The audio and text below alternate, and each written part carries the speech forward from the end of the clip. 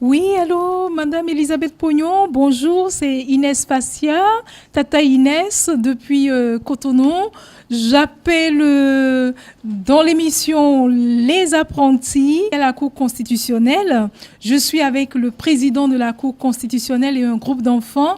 Nous essayons depuis quelques minutes d'établir la connexion en vidéoconférence et ça ne passe pas. Je crois que les dieux de la technique numérique ne sont pas avec nous aujourd'hui. On va y aller par ligne simple. Est-ce qu'on peut vous appeler Mamie Élise? Oui, bien sûr, je suis de mes enfants chéris à 80. Je ne dis pas mon âge. Une dame me dit jamais son âge. Vous êtes une très belle jeune dame, Madame la Présidente. Oh, qu'est-ce qu'il est gentil, le président de la Cour constitutionnelle. Je suis très heureux de vous entendre. Chérie. Oui. Oui, moi aussi.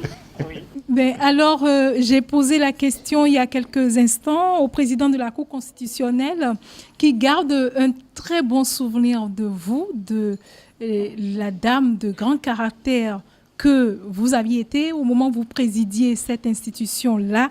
Et à moi de vous demander si c'était dur d'être femme et présidente d'une institution telle que la Cour constitutionnelle, la première. C'était en juin 1993. C'est bien ça, oui. Mais pourquoi voulez-vous que ce soit plus dur pour une femme que pour un homme? Le genre féminin, nous sommes faits de la même matière, il n'y a pas de raison de faire la distinction entre hommes et femmes pour exercer des fonctions, pour avoir des attributions, comme tout un chacun, que tout un chacun peut assumer à sa manière et avec sa personnalité. Mais je n'ai pas du tout senti que c'est parce que j'étais femme qu'il y avait des difficultés particulières. Et puis, mes collègues de la Cour, même j'allais dire tous les Béninois, ne m'ont jamais fait sentir que je suis femme.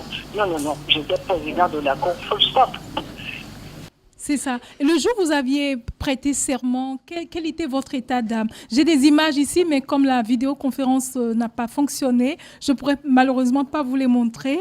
On vous a vu dire votre « je le jure ». C'était le président Nicéphore Dieudonné Soglo qui était président de la République. Et voilà, nous allons passer ces images-là un peu pour montrer aux enfants. Mais dans quel état d'âme vous étiez le jour où vous aviez dit « je le jure » Question à laquelle je vous dirais donc que j'étais très, très, très émue. J'étais très émue parce que je ne m'attendais pas à assumer autant de responsabilités dans notre nation. Et ça s'est tellement ressenti que quand je me suis levée pour dire je le jure, c'est à peine si le son était sorti. C'est avec une petite voix sourde que j'ai sorti je le jure. Et mes amis me l'ont fait remarquer d'ailleurs par la suite. Tout à fait. On va le voir dans les images d'ailleurs. Ouf, ça y est. Après bien des péripéties, la Cour constitutionnelle, dont la mise en service a fait couler beaucoup d'encre et de salive, et suscité pas mal de remous à l'Assemblée nationale, a été installée le lundi 7 juin 1993 à la présidence de la République. Messieurs les membres de la Cour constitutionnelle, après la lecture du texte du serment, vous voudrez bien, à l'appel de vos noms et prénoms, vous lever et la main droite levée dire « Je le jure ». Voici le serment prévu par la loi. Je jure de bien et fidèlement remplir mes fonctions, de les exercer en toute impartialité dans le respect de la Constitution, de garder le secret des délibérations et des votes, de ne prendre aucune position publique, de ne donner aucune consultation sur les questions relevant de la compétence de la Cour. Madame Elisabeth Pognon. Je le jure.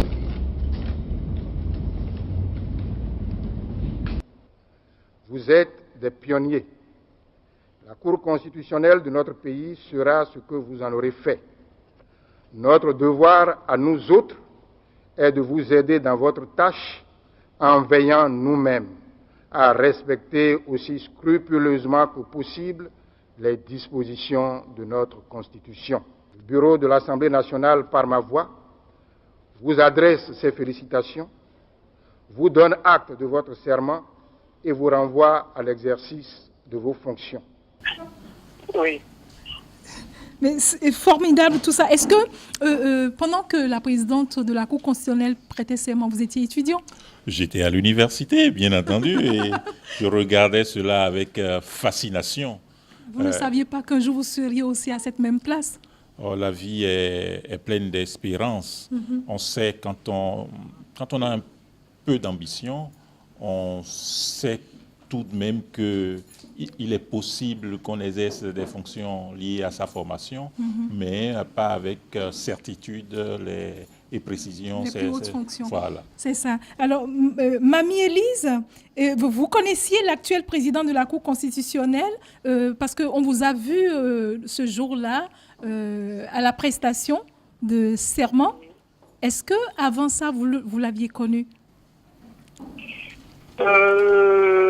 Attendez, là, je vais commencer par une boutade. Qui peut ne pas connaître Jean-Bénin dans le Bénin actuel? Surtout à mon âge. Tout le monde le connaît. Pourquoi moi, je ne le connaîtrais pas? Oui. En plus de cela, non, connaître personnellement, est-ce que vous aviez été en contact personnellement?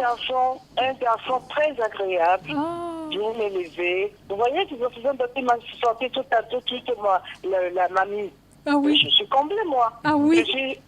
Et je vous assure que je le lui rends bien l'affection qu'il me porte. Merci pour lui. Quelle qualité un bon président d'une Cour constitutionnelle peut-il avoir? Ou doit-il avoir? Doit-il avoir?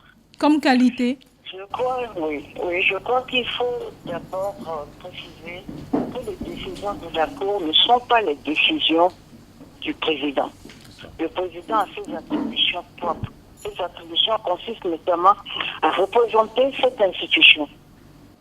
Et je vais tout simplement donner mon avis sur la façon dont j'appréhendais, je percevais cette fonction.